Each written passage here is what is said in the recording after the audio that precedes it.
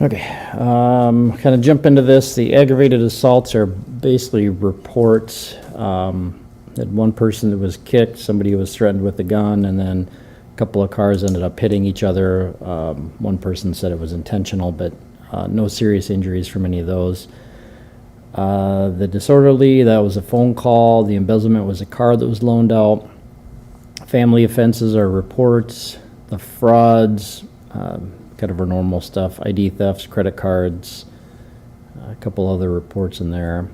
Larcenies, a bunch of shopliftings, a few unlocked cars, wallets, sunglasses, laptops taken.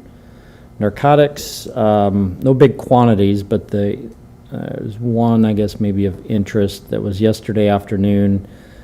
So it started, I don't know where it started near. The 500 block of North Weber Avenue, and the victim in this case had said that there was a suspect that had assaulted her, had punched her, so no serious injuries there. That same person, that suspect in this case, is a suspect from a previous case, and officers have been looking for him. The woman gave a description of the car that he was in, and officers ended up finding that car. Looks like they found it near 14th and Phillips, and then I'll have to do some checking. It says they followed it for several blocks before it pulled into a gas station. I'm not sure where that gas station is, but there was a male and a female, man and a woman, that were inside the car, and then the person that they were looking for was in the trunk, had been hiding in the trunk. So a little bit of a delay, but eventually they got the person out. He seemed to be having some medical issues, was unconscious at the time, so he was taken to the hospital. So he has not been arrested at this point in time. Once his medical issues are resolved and he's released from the hospital, then he'll likely be arrested on those charges. There was a small amount of meth that was found inside the car, and it looks like the only person arrested was the driver, and that was for some warrants.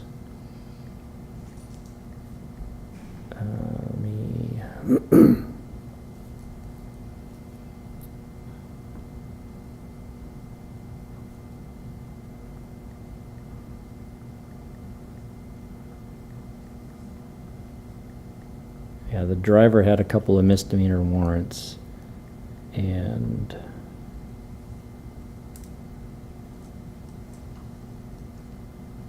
had a couple of different reports I'm bouncing through, so I apologize, but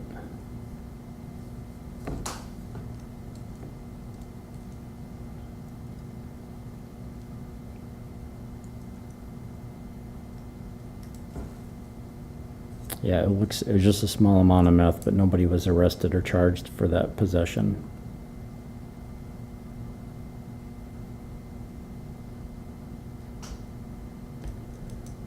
And let me see where it happened, or where that stop happened at.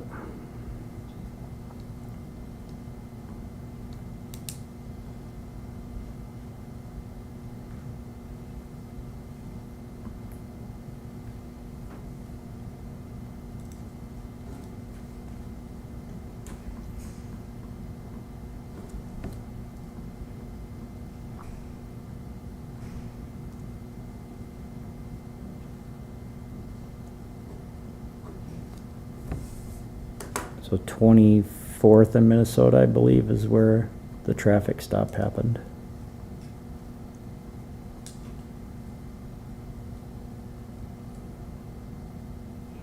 And I'm guessing, so just the, let me see here, the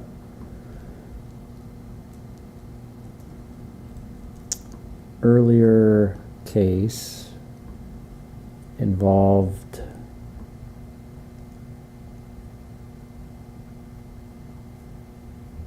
like a kidnapping robbery charges.